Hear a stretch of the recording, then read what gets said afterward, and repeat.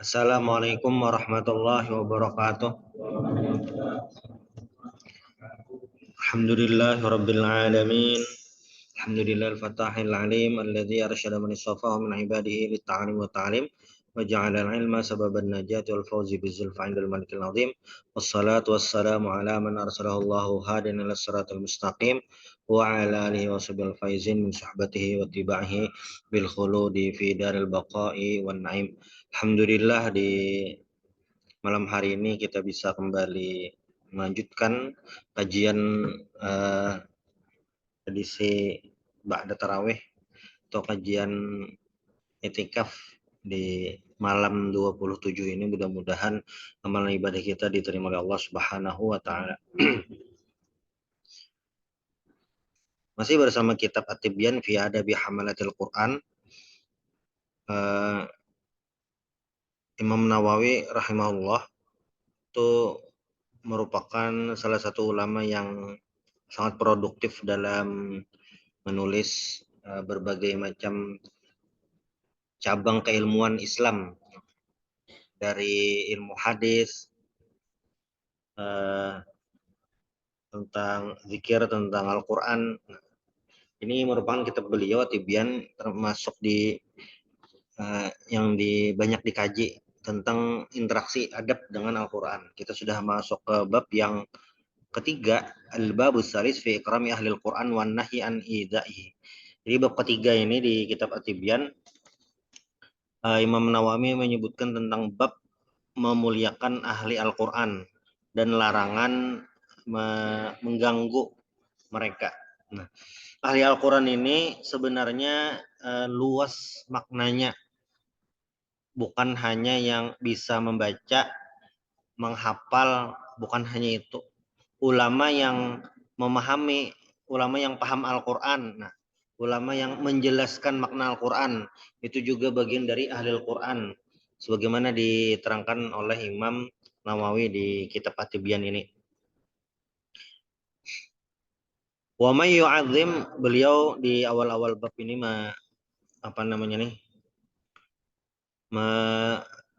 menyebutkan beberapa ayat Al-Quran yang itu berhubungan dengan memuliakan ahli Al-Quran. Ada beberapa beliau sebutkan. Ayat yang pertama, wa may yu'azzim sya'airallah, wa may yu'azzim sya'airallah fa innaha min taqwal qulub. Wa may yu'azzim sya'airallah fa innaha min taqwal qulub. Ini merupakan salah satu surah dalam Al-Quran, yaitu di surah Al-Hajj ayat 32.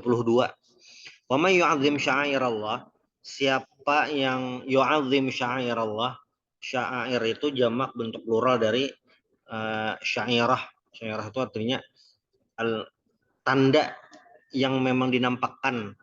Nah, sya'airallah ini maksudnya adalah seperti, nah contohnya kayak Masjidil Haram, maksudnya itu tanda yang kelihatan, itu bagian dari syiar Allah Subhanahu wa taala. Masjidil Haram, tempat sa'i, tempat wukuf, itu, atau ibadahnya bisa juga seperti apa? Seperti tawafnya, sa'inya, itu syair Allah, artinya tempat-tempat yang itu memang mulia. Wa may yu'azzim sya'airallah, tapi yang memuliakan syiar-syiar Allah, fa innaha min taqwal qulub, itu daripada takwa al-qulub, hati. Nah, kenapa jadi Imam Nawawi memasukkan ayat ini di dalam bab ikrami ahlul Quran? Karena ahlul Quran itu bagian daripada sya'airallah. Ahlul Quran atau ulama itu termasuk dari sya'airallah. Itu yang pertama. Lalu yang kedua, ayat kedua yang masih disebutkan oleh Imam Nawawi, ini di kitab Riyadhus Shalihin sama juga cara beliau membahas ayat Al-Qur'an, misalnya tentang bab apa, bab ikhlas misalnya, bab tentang taubat. Beliau menyebutkan beberapa ayat berhubungan dengan bab tersebut, baru hadisnya. Nah, di kitab At-Tibyan ini sama juga. Ayat yang kedua, ini wa may yu'azzim hurumatillah fahuwa khairul lahu inda rabbih. Wa may yu'azzim hurumatillah fahuwa khairul lahu inda rabbih. Hurumatillah ini termasuk di dalamnya adalah ahlul Quran. Nah, ini ada dua pencapaian dari dua ayat ini. Yang pertama tadi, yang yu'azzim sya'airallah itu adalah min taqwal qulub. Itu yang pertama. Yang ayat kedua ini adalah fahuwa khairul lahu, lebih baik di sisinya inda rabbih, di sisi Tuhannya. Itu yang memuliakan ahlul Quran. Ayat yang ketiga. Wakhfid janahaka lil mu'minin. Wakhfid janahaka lil mu'minin. Nah, di beberapa cetakan yang ulun bisi atau jadi mungkin di awal-awal pertemuan kemarin itu sedikit perbedaan antara buku dan kitab. Maksudnya cetakan Indonesia dan Arab. Kalaunya di kita Indonesia, ketika satu judul itu diterbitkan satu penerbit, tidak bisa di saat yang sama penerbit lain menerbitkan judul itu. Nah, kayaknya bagian dari hak cipta kah? Cuma kalaunya bahasa Arab ini, kitab bahasa Arab, judulnya boleh sama, percetakannya bisa beda-beda. Termasuk Tibyan ini. Paling kadang di rumah ada dua, nah.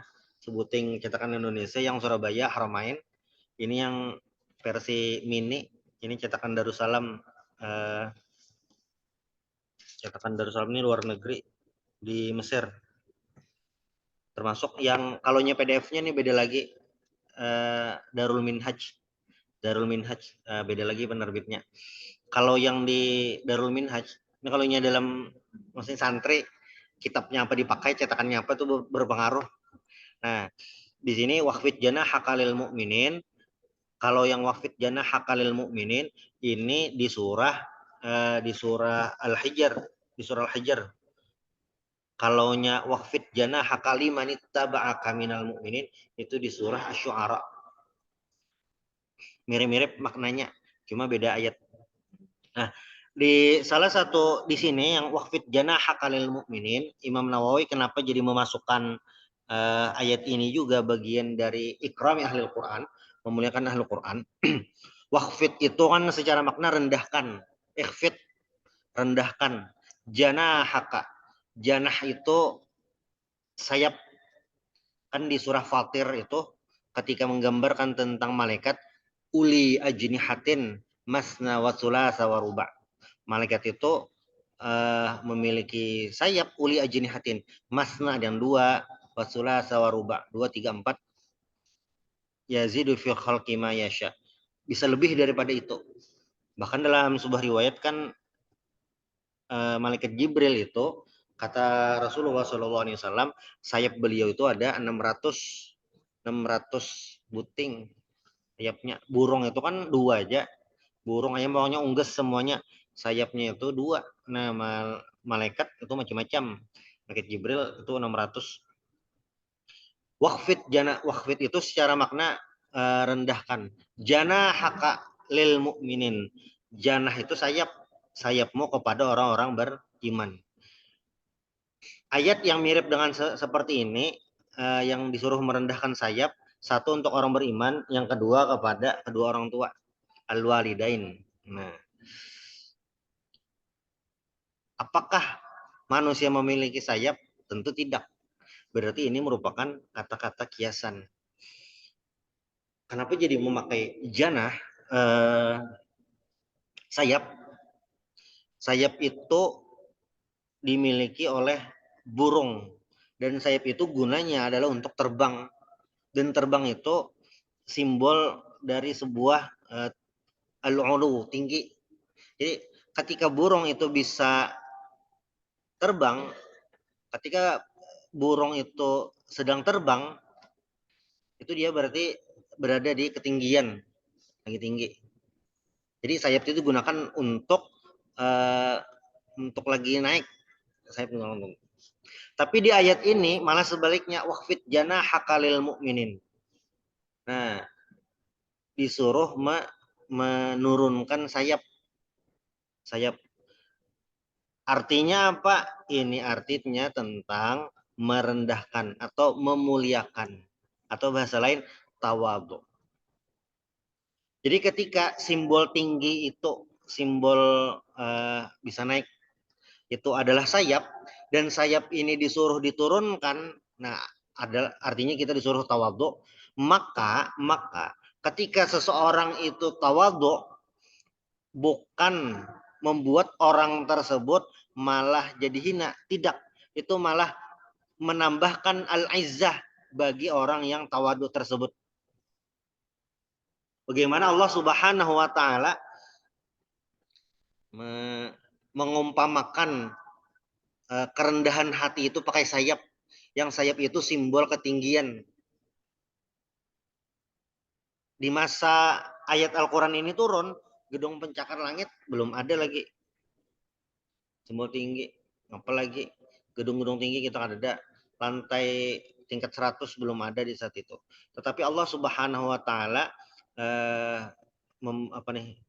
mengumpamakan dengan sayap, dan ketika kita mengungkapkan sayap itu, yaitu relevan di setiap zaman, setiap masa, bahwasanya itu adalah simbol sebuah ketinggian. Itu pesawat terbang ya pakai sayap, mesin bang sebujurannya ya, maksudnya burung dan sayapnya itu mempengaruhi bagaimana dia terbang.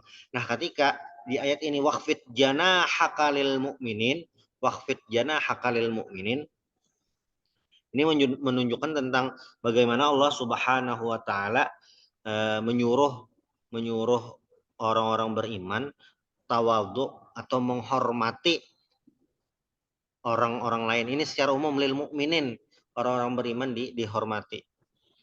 Ini menyuruh bagaimana tawadhu. Semakin tawadhu seseorang, maka semakin mulia. Semakin tawadhu terhadap orang tua, semakin mulia. Di ayat yang lain, walladzina yu'dzunal mu'minina wal mu'minat bighairi maktasabu faqad ihtamalu buhtanan wa ismam mubina. Nah, ini ancaman juga dari Allah Subhanahu wa taala. Walladzina yu'dzunal mu'minina wal mu'minat, orang-orang yang menyiksa, mengganggu orang-orang beriman, baik mukmin ataupun mukminat, orang beriman laki-laki maupun beriman perempuan. Ayat ini ada hubungannya dengan celaan atau teguran terhadap orang-orang yang mengganggu Nabi dan istri-istri Nabi Muhammad Shallallahu Alaihi Wasallam. Lalu di pembahasan selanjutnya, wafil babi hadis Abi Mas'ud Al-Ansari wa hadisu Ibnu Abbas al-mutaqaddiman fil babis tsani. Nah, beliau menyebutkan bahwasanya ada hadis yang di bab 3 ini sudah disebutkan di bab 2. Sudah disebutkan di bab 2. Yang kemarin riwayat Abi Mas'ud dan hadis Ibnu Abbas. Itu hadisnya yang mana? Nah, hadisnya. Yang hadis dari Ibnu Mas'ud, Abi Mas'ud, bukan Ibnu Mas'ud, bukan, hadis dari Abu Mas'ud Al-Ansari Al-Badri, dari Abu Mas'ud Al-Ansari. Bunyinya hadisnya adalah qala an Rasulillah sallallahu alaihi wasallam qala ya ummul qauma aqra'uhum li kitabillah. Ya ummul qauma aqra'uhum li kitabillah. Yang memimpin suatu kelompok itu adalah yang aqra'uhum li kitabillah, yang paling qari, yang paling alim, yang paling ahli terhadap Al-Qur'an. Itu. Nah, maksudnya ini penghormatan terhadap seseorang yang ahli Al-Qur'an, sahibul Qur'an. Itu yang pertama. Lalu hadis yang kedua dari Ibnu Abbas, kata Ibnu Abbas radhiyallahu anhuma, kana al-qurra'u ashaba majlisi Umar radhiyallahu anhu wa musyawaratihi kuhulan kanu au syubbanan. Jadi para al-qurra, para ahli Al-Qur'an, para ulama itu menjadi orang terdekat Sayyidina Umar, penasihat Sayyidina Umar itu. Kuhulan kanu au syubbanan. Sudah berusia atau masih muda, sudah tua atau muda, semuanya selama dia ahli Al-Qur'an, alim, itu menjadi penasehat Sayyidina Umar radhiyallahu anhu. Nah ini kata Imam Nawawi, hadisnya di bab 2 bisa dipakai, di bab 3 bisa juga. Di bab 2 itu kan mengenai nih, babnya tentang tarjih al-qiraah wal qari' ala ghairihima. Memilih orang yang ahli Al-Qur'an dibandingkan yang lain. Kalau yang bab ketiga ini tentang memuliakan ahli Al-Qur'an. Jadi kalau ada ulama, ada ahli ilmu, sudah sepantasnya kita muliakan. Jangan sampai salah. Nah, lalu hadis yang berikutnya ini dari wa Nabi Musa al-Asy'ari radhiyallahu anhu qala Rasulullah sallallahu alaihi wasallam inna min ijlalillahi ta'ala. Nah, inna di sini adalah huruf taukid. Taukid itu penguat, artinya sesungguhnya inna. Inna min ijlalillahi ta'ala, sesungguhnya daripada memuliakan Allah Subhanahu wa taala, atau bagaimana cara kita memuliakan Allah Subhanahu wa taala? Nah, bentuk realnya tuh kayak apa? Bentuk realnya kita memuliakan Allah Subhanahu wa taala. Karena kita tidak mungkin kayak Nabi Muhammad Isra Mi'raj, tidak mungkin. Lalu bagaimana kita memuliakan Allah Subhanahu wa taala? Yang pertama, ikrami dzisyaibatil muslim. Yang pertama nih, bentuk konkret kita memuliakan Allah Subhanahu wa taala adalah yang pertama, ikrami dzisyaibatil muslim, memuliakan orang yang sudah berumur, memuliakan seseorang muslim yang sudah berumur. Itu. Yang tua ngalir nyamber. Jadi misalnya ada orang tua, mohon maaf sini ada yang tua. Jadi misalnya ada orang tua, misalnya ada orang tua kayak itu, orang muslim, sidin tuha kayak itu, dimuliakan, memang kita muliakan kayak itu. Ini muslim lah, no, tidak ada embel-embel yang lain, tidak ada embel-embel yang lain. Maksud embel-embel yang lain tuh alim kah, kada kah? Cuma muslim. Ini berarti kan muslim ini paling tidak melaksanakan rukun Islam lah. Nah, memuliakan dzisyaibatil muslim, seorang muslim yang sudah berumur, itu adalah bagian dari kita memuliakan Allah Subhanahu wa taala. Itu yang pertama dulu. Ini jelas ada hubungannya dengan salah satu hadis Nabi yang lain, Ar-Rahimun yarhamuhumur Rahman, irhamu man fil ardi yarhamukum man fis sama. Kasihilah Ar-Rahimun yarhamuhumur Rahman, irhamu man fil ardi, sayangilah orang yang ada di bumi, maka kamu akan disayangi oleh orang-orang yang di langit. Kalau bahasanya itu kayak itu biasanya balik, Bang. Menghormati yang tua, menyayangi yang muda. Nah, ikram ini bagian dari memuliakan.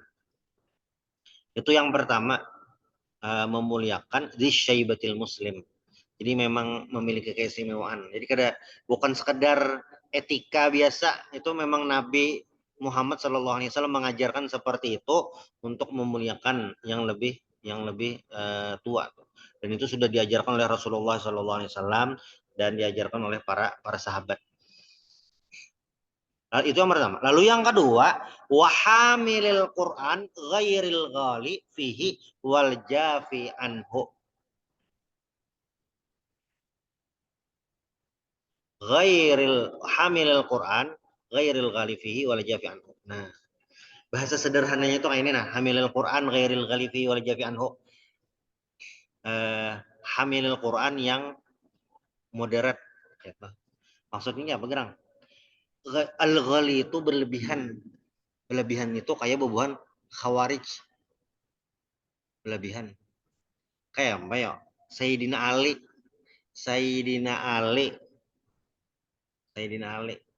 Yang jelas-jelas as-sabiqunal awwalun, menantu Nabi, apalagi yang menggantikan Nabi di posisi tempat tidur waktu Nabi hijrah, ia dibunuh.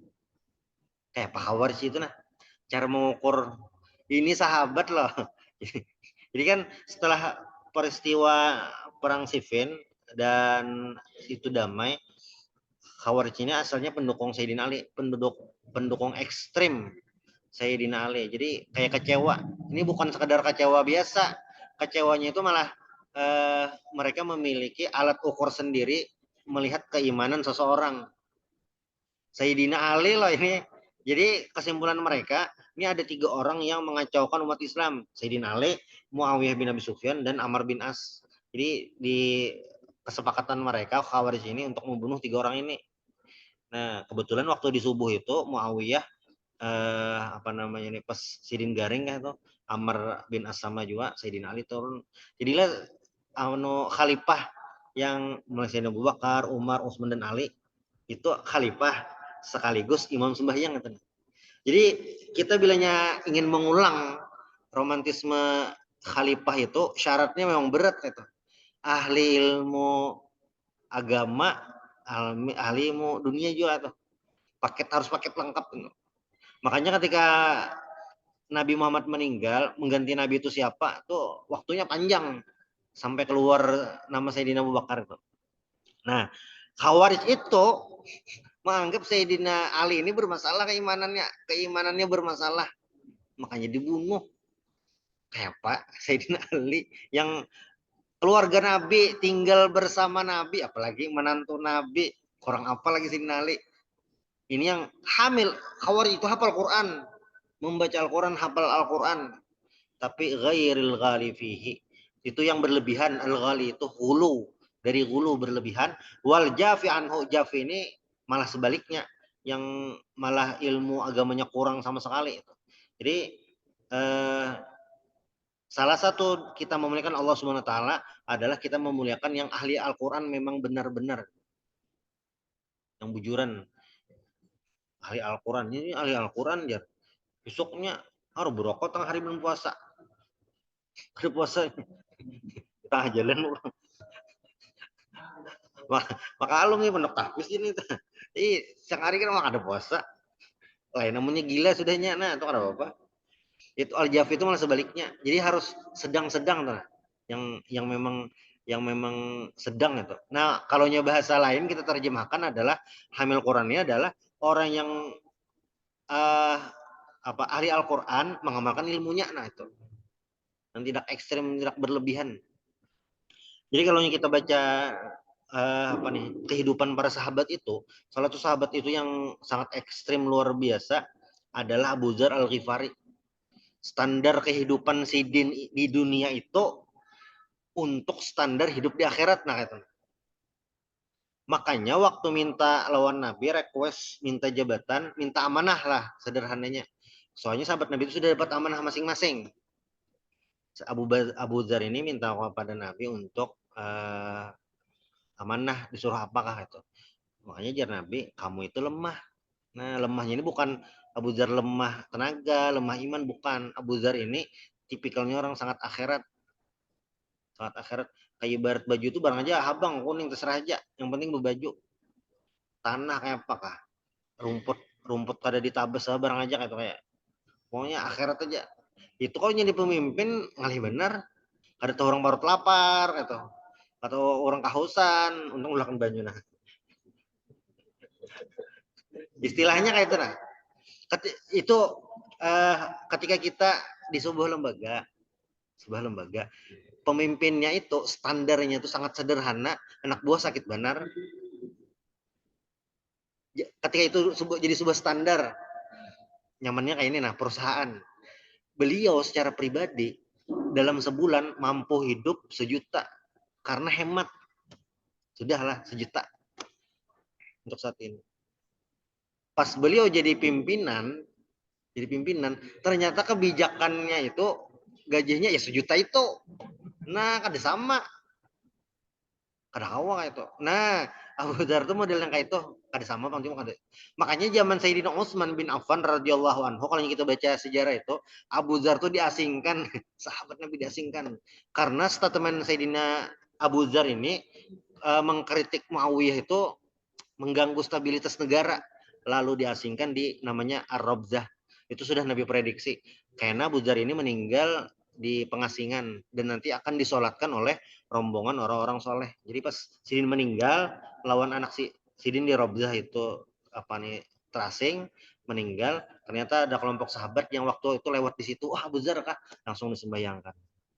Sudah Nabi prediksi zaman Sidin Utsman. Bukan Sidin Utsman Muarron Abu Dzar ada, cuma standar yang Sidin pakai itu ngalih untuk masyarakat sangat sulit. Kita aja kayak semalam kan waktu membahas tentang standar hidup Imam Nawawi rahimahullah yang beliau makannya terbatas, tidak mau makan buah yang dihasilkan di kebun-kebun kota Damaskus. Sulit benar ya, Pak. Sulit ngalih. Jadi Sidin menunggu makanan dari kampung, dari Nawa itu kampung beliau dan kiriman orang tua beliau kak kon untuk biskuit wadai berarti wadai dari kampung Sidin dan buah tin itu aja kawa kan standarnya Sidin sangat sulit itu. Nah Nabi Muhammad SAW ketika memberikan standar beliau itu standarnya ganda untuk umat seperti ini untuk beliau seperti ini beda. Makanya waktu ada orang yang datang kepada Nabi tidak mau menikah, yang kemarin kan ada pertanyaan Ustaz Saripane, tidak mau menikah, jangan dia Nabi, faman ragiba, bahasa Nabi itu jelas, siapa yang benci dari sunnahku, falaisa minni, bukan kelompokku. Nah bahasanya itu keras tuh. Nah, Nabi kan kayak itu. Jar Nabi, kan yang itu, saya semalaman suntuk tidak tidur. Nabi kada, kau guring dan bangun. Padahal Nabi sholat malamnya kayak apa? Sembahyang gerhana Nabi itu kan diantara semua sholat jamaah cuma sholat gerhana Nabi itu yang jor-joran luar biasa. Mulai start gerhana sampai finish kira-kira sejam setengah. Sebelum gerhana itu kita 2 rakaat loh, 2 rakaat, rukunya 2 kali, sujudnya 2 kali. Nah Nabi itu yang versi Nabi bujuran itu ya mulai start gerhana sampai finish gerhana kurang lebih sejam setengah. Jadi amun dua deh kita insya Allah ada yang tahan kayak itu. Amun coba bisa kada tahu bang di Banjar kada ada kayaknya. Cuma di Saudi dilaksanakan itu. Ini pian nang orang berkisah. Sujudnya katakan lagi. Soalnya sujudnya 10 menit. Kita sembahyang Isya normal 10 menit. Ini sujudnya 10 menit. Nah, ini nah sakit. Katakan lagi. Ruku bang. Nah ya pinggang bisa. Itu maksudnya Nabi memberikan standarnya seperti itu. Nah jadi sedang wahamil Quran ghairul ghari fihi wal jafi anhu. Itu 2 sudah. Lalu yang ketiga bagian daripada memuliakan Allah Subhanahu wa taala adalah ikrami zis sultani al muqsid, yaitu menghormati. Nah bahasanya jelas menghormati pemimpin yang adil. Jadi memang ada perintahnya menghormati. Jadi ketika ada pemimpin yang adil, ya ini salah satu pantangan ahlul ilmi ini ada boleh menjilat pemerintah itu. Cuma ada catatan apabila sultannya itu muksid adil kayak itu, dasar adil kayak itu. Kayak contohnya misalnya contohnya kayak Umar bin Abdul Aziz, Umar bin Khattab radhiyallahu anhu. Nah, itu memang harus dihormati. Hormati yang Sayyidina Umar itu kayak apa Sayyidin adilnya? Bagaimana Sayyidin? Jadi Sayyidina Umar ini waktu jadi khalifah, gubernur Sayyidin standarnya tuh kurang lebih juga. Sayyidina Umar tuh khalifah, baju bertambal-tambal dasar. Jadi kalau kita baca, jadi ketika kita membaca sejarah sahabat itu memang harus ada kajian lain yang dilihat kita aja kajian sosialnya. Di Madinah itu orang-orang Madinah mereka menjadikan standar kehebatan seseorang itu memang dari amalnya, bukan penampilan. Jadi ketika Sayyidina Umar baju bertambal-tambal itu kada masalah, biasa saja. Sayyidina Umar juga jar barangnya Sayyidina Umar baju tambal-tambal itu ada masalah. Sayyidina Umar tampil bersahaja biasa aja. Wibawa Sayyidina tuh ada berkurang sedikit pun gitu. Itu di Madinah. Muawiyah yang jadi gubernur di Syam itu beda sudah kulturnya.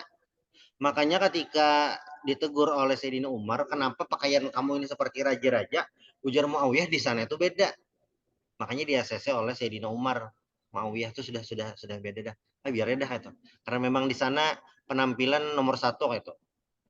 Penampilan nomor satu. Beda. Kalau di Madinah itu memang beda. Nah, ini berarti Zi Sultan al-Muqsid yang memang seperti itu. Termasuk juga Sayyidina Umar bin Abdul Aziz. Kayak itu juga. Jadi Umar bin Abdul Aziz ini apa ya? Kebalikannya. Sebelum beliau menjadi khalifah, silsilahnya. Sayyidina Umar ini kan bisi anak ngarannya Asim. Nah, jadi pada suatu hari Sayyidina Umar ini kan keliling. Ini kisahnya masyhur yang penjual susu tuh. Lalu yang jar anaknya, anu mah ya kita jangan mencampur susu ini lawan banyu. Kan banyak susu campur banyu bu banyak. Jangan kada boleh jasa Sayyidina Umar. Sayyidina Umarnya kada melihat dua, tapi Allah melihat. Nah, maka besok harinya eh, langsung didatangi Sayyidina Umar dan dinikahkan perempuan anak penjual susu tadi dengan anak beliau namanya Asim. Lalu melahirkan anak perempuan, salah ngarannya Fatimah. Nah, itu yang jadi mamanya Umar bin Abdul Aziz. Umar itu Abbasidin Abdul Aziz. Abdul Aziz itu jadi gubernur di Mesir waktu dinasti Umayyah. Nah, Abdul Aziz itu beding sanak lawan Abdul Malik. Abdul Malik. Jadi Abdul Malik lawan Abdul Aziz itu beding sanak. Abbasidin ngarannya Marwan. Marwan bin Al-Hakam. Jadi waktu Yazid bin Muawiyah meninggal, dinasti Umayyah tuh gonjang ganjing itu. Kadeda karena Muawiyah dua tuh kada hendak jadi khalifah. Sidin jadi khalifah tuh 40 hari aja, mbah tuh meninggal Sidin. Nah, gonjang-ganjing dinasti Umayyah. Setelah gonjang-ganjing apa yang terjadi? Marwan bin Al-Hakam itu asalnya gubernur Madinah diambili lalu ke daerah Syam dan dinobatkan jadi khalifah selanjutnya Marwan bin Al-Hakam. Di saat yang bersamaan Abdullah bin Zubair itu mendeklarasikan jadi khalifah kaum muslimin di Mekah. Nah, makanya di saat itu terjadi apa ya? Persaingan sengit di antara kaum muslimin. Kekhalifahan Umayyah itu di Syam dan kekhalifahan Abdullah bin Zubair. Cuma para sejarawan memasukkan salah satu khalifah di masa dinasti Umayyah adalah Abdullah bin Zubair karena dibaiat oleh beberapa tempat. Marwan bin Al-Hakam itu jadi khalifah. Batu dilanjutkan anak Sidin Abdul Malik bin Marwan. Nah, zaman Abdul Malik bin Marwan inilah lewat Panglima Sidin Al-Hajj bin Yusuf yang memborbardir Mekah, Masjidil Haram sampai Abdullah bin Zubair itu meninggal gitu. Imam Abdul Zubair meninggal, Abdullah bin Umar asalnya di Madinah, langsung datang ke Mekah melihat kawan CS nih meninggal di hadapan. Cuma Abdullah bin Umar ini melihat keadaan, ada yang frontal juga ada. Jadi melihatnya apa nih Al-Hajj ini mengambil alih kekuasaan, dah biarin sendirinya. Cuma Abdullah bin Umar ini kayak apa ya, indah melakukan gerakan kayak itu nah, karena bisa mafsadahnya lebih besar. Jadi kayak biarkan sidin ya. Cuma pernah waktu Al-Hajj itu khutbah kalawasan, khutbah Jumat kalawasan kayak apakah langsung berdiri Abdullah bin Umar. Sebenarnya kita aja khutbahnya kalau sebenar dah. Wani sidin kayak itu nah. Cuma sidin walaupun wani orang pasti mempati sidin, cuma sidin kadang mumpat mengulah gerakan politik karena menurut sidin kira-kira bisa mafsadahnya lebih besar gitu. Abdullah bin Zubair jadi bombardir kata bisa lebih banyak mafsadahnya. Nah, ini yang Ikramizid Sultanil Muqsid.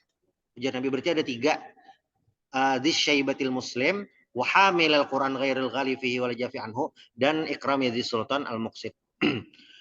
Hadis berikutnya dari Siti Aisyah radhiyallahu anha qalat amarana Rasulullah sallallahu alaihi wasallam an nunzilan nas manazilahum.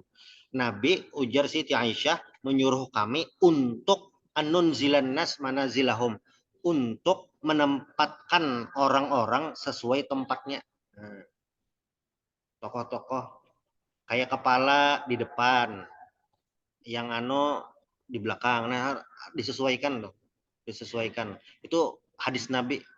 Jadi misalnya ada apa nih sesepuh atau tokoh masyarakat kita suruh ke muka itu memang perintah Nabi itu anunzilan nas manazilahum, sesuai posisinya. Ini ada hubungannya dengan ahli Al-Quran. Di riwayat lain lagi dari Jabir bin Abdullah radhiyallahu anhu, anna Nabi sallallahu alaihi wasallam kana yajmu bainar rajulani min qatla Uhudin. Jadi di perang Uhud itu kan jumlah korban kaum muslimin cukup banyak. Jadi kadang satu lahat itu dua ikung orangnya berdua. Nah, sebelum dimasukkan, Nabi bertanya, ayyuhuma aktsaru akhdan lil Quran? Di antara dua orang ini mana yang lebih banyak mungkin hafalannya ataunya. Nah, yang kanan Nabi, nah berarti ini yang didahulukan, dimasukkan dalam lahat.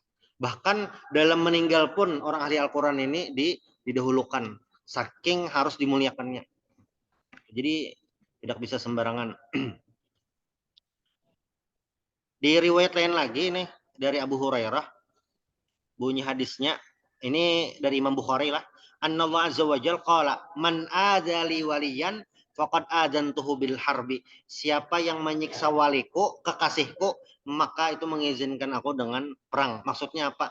Ketika kita jangan kita Bang, ketika ada orang yang mengganggu ahlul Quran, mengganggu ulama Allah Subhanahu wa taala, mengganggu kekasih Allah Subhanahu wa taala, itu berarti sama aja minta izin ingin memerangi Allah Subhanahu wa taala. Itu sederhananya.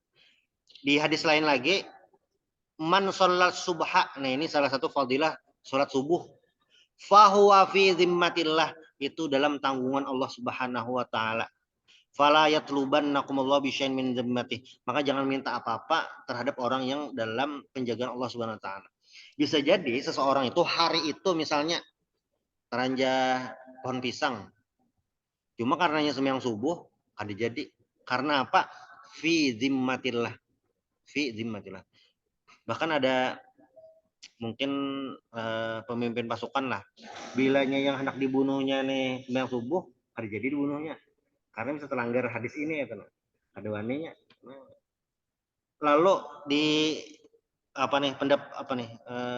asar yang lain wa anil imamain al jalilain, dari dua imam yang besar yaitu Abu Hanifah dan Imam Syafi'i, in lam yakunil ulama awliya Allah falaysa lillahi waliyun. Kalau ulama itu bukan kekasih Allah, maka siapa lagi yang jadi wali? Jadi ulama di sini maksudnya adalah al ulamaul amilun, ulama yang mengamalkan ilmunya, ulama yang mengamalkan ilmunya.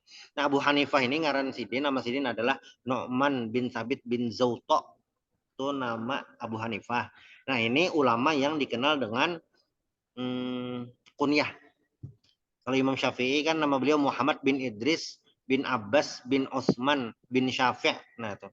Jadi ayah beliau Idris, kakek Abbas bin Osman bin Syafi'. Nah, Syafi' ini yang beliau pakai jadi nisbah beliau Imam Syafi'. Sudah, dan di bab ini kayaknya jamnya sudah. Nah, belum lagi tambah sedikit. Di bab ini Imam Nawawi rahimahullah menutup dengan perkataan atau riwayat dari Imam Ibnu Asakir. Waqala Imam Al-Hafidz Abdul Qasim Ibnu Asakir rahimahullah. Ibnu Asakir ini ulama, rasanya pengarang kitab Tarikh Baghdad. Guru Sidin 100.000 ikung. Guru Sidin belajar 100.000 ikung. Ya benar. Jadi memang tradisi ulama dahulu itu gurunya itu banyak, tidak satu dua, banyak, lama. Nah, kalau kita di Banjar nih kayak Datuk Lampayan. Datuk Lampayan itu umur 30 tahun itu sudah alim. Berangkat lagi ke Haramain, Mekah Madinah, tambah 35 tahun lagi belajar, baru pulang ke sini. Jadi belajarnya tuh banyak, lama tuh. Ulama-ulama tuh ya seperti itu. Memang kemana-mana. Imam Syafi'i itu belajarnya kemana-mana. Di Mekah, salah satu guru beliau itu adalah Khalid Az-Zanji. Lalu berangkat ke Madinah, belajar dengan Imam Malik. berangkat lagi ke apa nih, ke Irak, ke Baghdad, belajar dengan Imam Muhammad bin Hasan Asy-Syaibani, banyak guru-guru. Rata-rata seperti itu. Nih Ibnu Asakir ini termasuk banyak guru. Ini kata Ibnu Asakir, ini kenapa jadi dimasukkan oleh Imam Nawawi, karena ada hubungannya dengan memuliakan ahlul Quran. I'lam ya akhi, waffaqanallah wa iyyaka limardhatih. Mudah-mudahan Allah memberikan taufik. Wa ja'alana, nah ini doanya nah. Karena ini kata-katanya luar biasa. Wa ja'alana mimman yakhshahu wa yattaqi haqqa tuqatih. Bahasa sederhananya kayak itu nah. Mudah-mudahan Allah menjadikan kita termasuk orang bertakwa dan takut terhadap wanti-wanti ini. Anna luhumal ulama'i masmumah. Daging para ulama itu beracun. Kayak apa maksudnya? Maksudnya adalah kita merendahkan orang lain, siapapun itu tidak boleh. Apalagi ulama. Bahasa Banjarnya tuh ketulahan. Jadi bilanya ada ulama, walaupun kita tidak setuju pendapatnya, menurut kita pendapat beliau itu salah, tidak diikuti, sudah selesai. Ini di dunia medsos ini macam-macam, banyak. Jangan sampai luhumul ulama itu masmumah. Dan ini memang dalam lintasan sejarah tuh banyak yang seperti itu. Wa'adatullahi ta'ala fi haqqi astari muntakisihim ma'lumah. Wa anna man atlaqa lisanahu fil ulama bisal.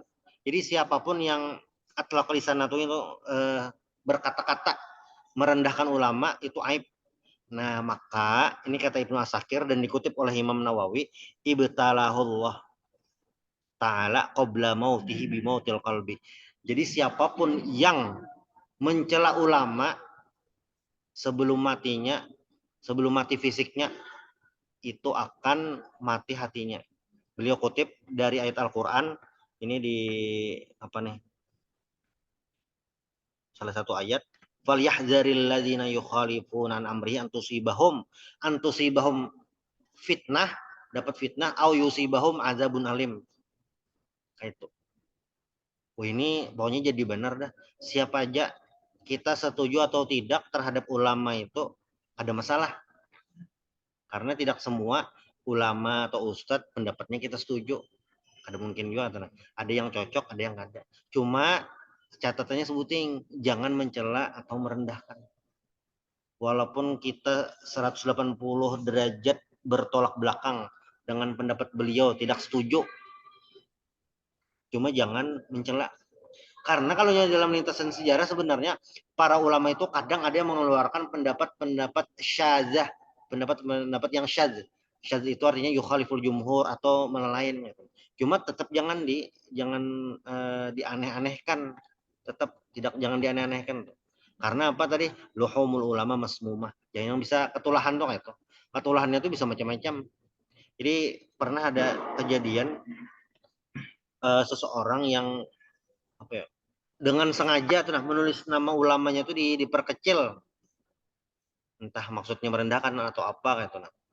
Nah, di akhir umur orang tersebut malah jadi jadi syiahnya. Masalah timbul akidahnya. Jadi luhumul ulama ini